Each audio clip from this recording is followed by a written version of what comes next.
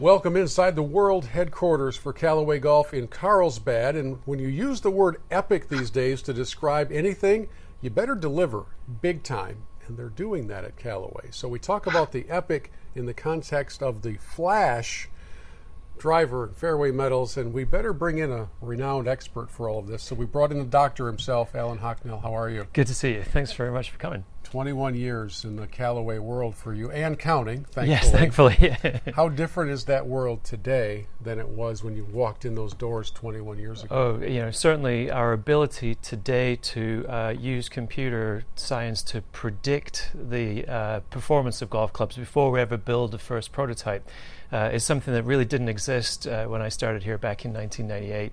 And we built that capability over many years and a lot of people's hard work, along with a lot of measurement capability that maybe didn't exist at that time as well. And those things are important to us every day these days in designing the kind of equipment that we do. Well, we hear in the discussion about the Epic Flash, we hear about the supercomputer. Yes. That's not just a computer, you know. That's a super. It's got a cape. It's got the S on the back. Right. And what has that allowed you to do?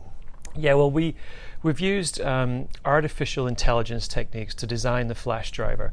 And one thing I think is common to a lot of artificial intelligence, whether it's in golf or anywhere else, is that it requires a lot of data in order for the computer to learn how to do something. So we needed a big computer to generate a lot of data of our own. And that data is using those simulation techniques to simulate the collision of the club and the ball and understand in a lot of detail what is happening when the two are in contact.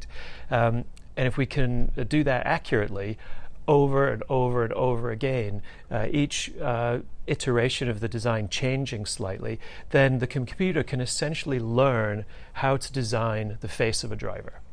Every time I think there's no way they're going to top what they did before at Callaway, along comes something that tops what you did before at Callaway. And so the supercomputer and all of its iterations, 17,000 of them, I think? Some number like that, yeah. Play an integral role in what's inside of the big dog here. Absolutely, yeah.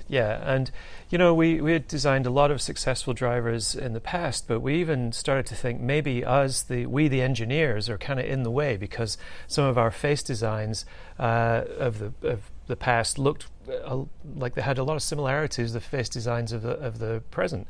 So we thought, well, maybe our engineering education and things like that is starting to get in the way. So if we could teach a computer how to learn how to design a driver face, and we could incorporate it in a driver head that had all the other rich technologies like jailbreak and adjustable weights, carbon fiber, then perhaps we could produce a driver that generated more ball speed than one that we had before. And that was the goal for Epic Flash. It was about generating more ball speed than we'd ever had before. And so in that pursuit, you go through all of these iterations, and 17,000 is a sizable number. Yes.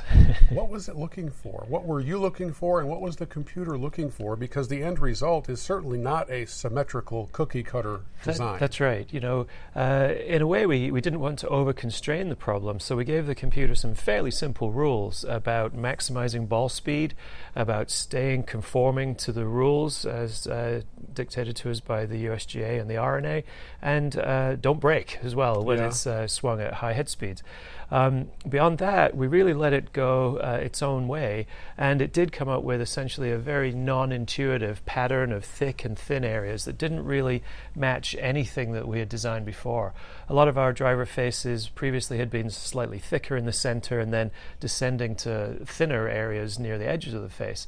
This one is actually thinnest in the center, then has a series of ripples or waves that go thick and thin and thick and thin on the way from the center of the face to the edge of the face. So, maybe something that we would have never come up with, just our human engineers by ourselves. Is part of that calculation also taking into consideration the sound?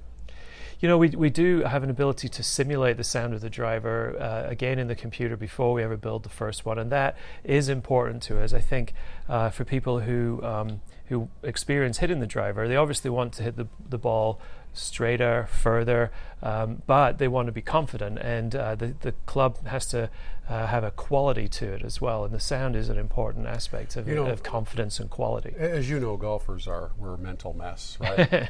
And so I'm never really sure why it should matter what it sounds like if it performs well, but it does matter. But it does, exactly. At an absolute minimum, you don't want the sound to be embarrassing.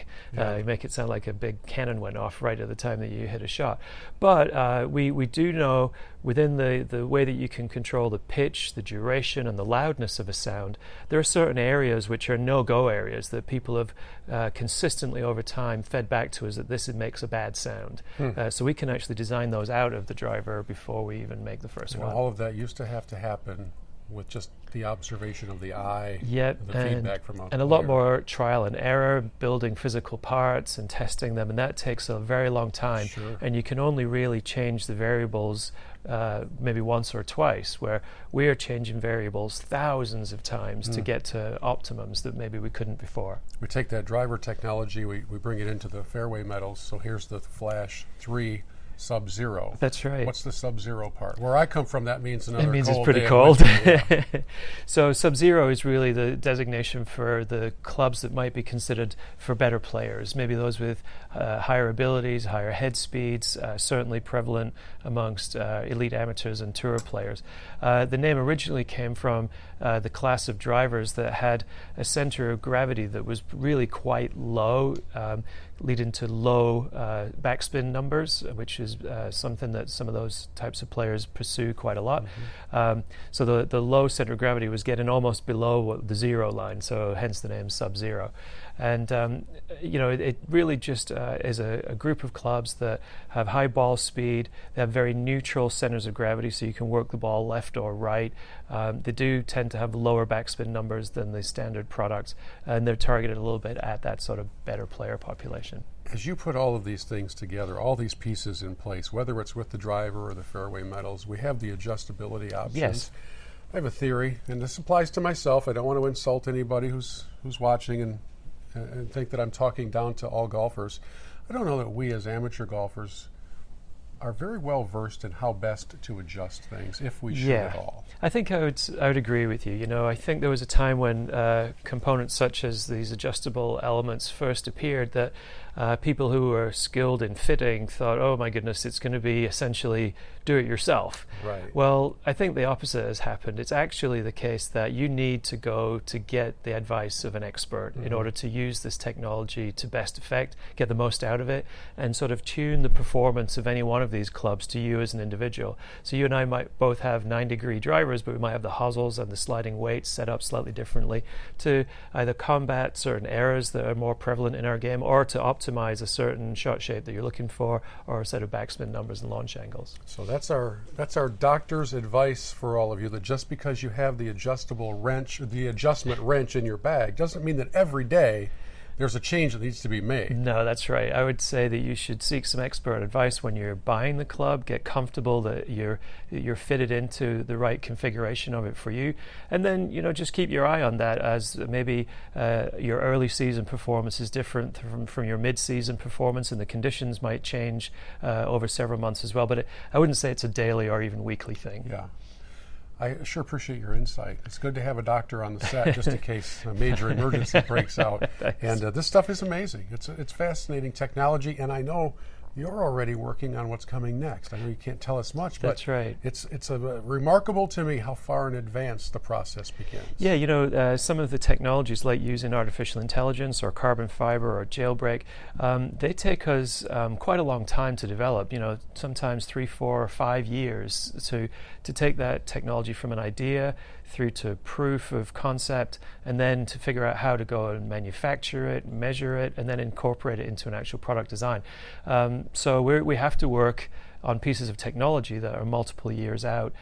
We tend to work on product designs, actual things that we'll launch to the market, within a sort of 12 to 18 month window of them actually coming to the public. Now, if I sat you down and put the spotlight on you and made you sweat, do you already know the name of the next iteration? I do. Okay. I know you're not going to tell. I'm not even going to waste your time or our time in asking you, but that's one of the things that I think would be interesting to golfers, is to know that the forward thinking doesn't stop just because you have a hit on your hands. Right. You had the Rogue a few years ago, or sorry, you had the Epic a few years ago. Then you had the Epic Rogue, and now the Flash. Yeah. Will the Epic umbrella continue? You know, it's something that definitely has resonated with golfers. The number of Epic drivers and fairways that we sold first time around, and the early indications are very positive about Epic Flash as well. I think it sets a high standard. You know, something to be, as you mentioned, to be called Epic has to perform, and it's an internal cry to ourselves here to keep up that relentless pressure on ourselves to innovate, to stay top of the class in performance. So I'd like to see that name stick around, and I'd like to live up to the goals of that name. Yeah, good stuff. Thank you so much. Absolutely. Thank you. Pleasure to meet you, and thanks for all the great work you're doing on behalf of golfers. Oh, you're welcome. Thank you.